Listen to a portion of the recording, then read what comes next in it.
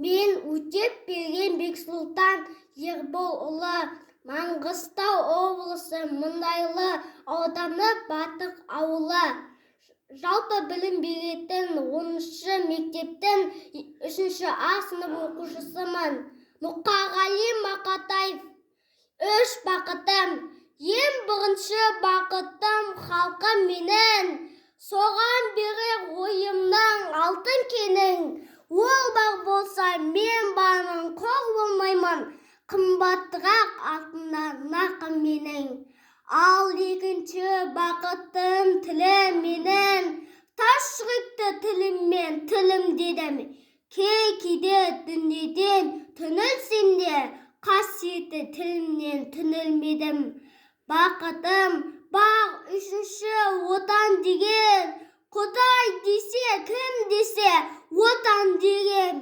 Оты сөнген жалғанда жан басым ба? Ойланбай-ақ кел дағы от ал менен.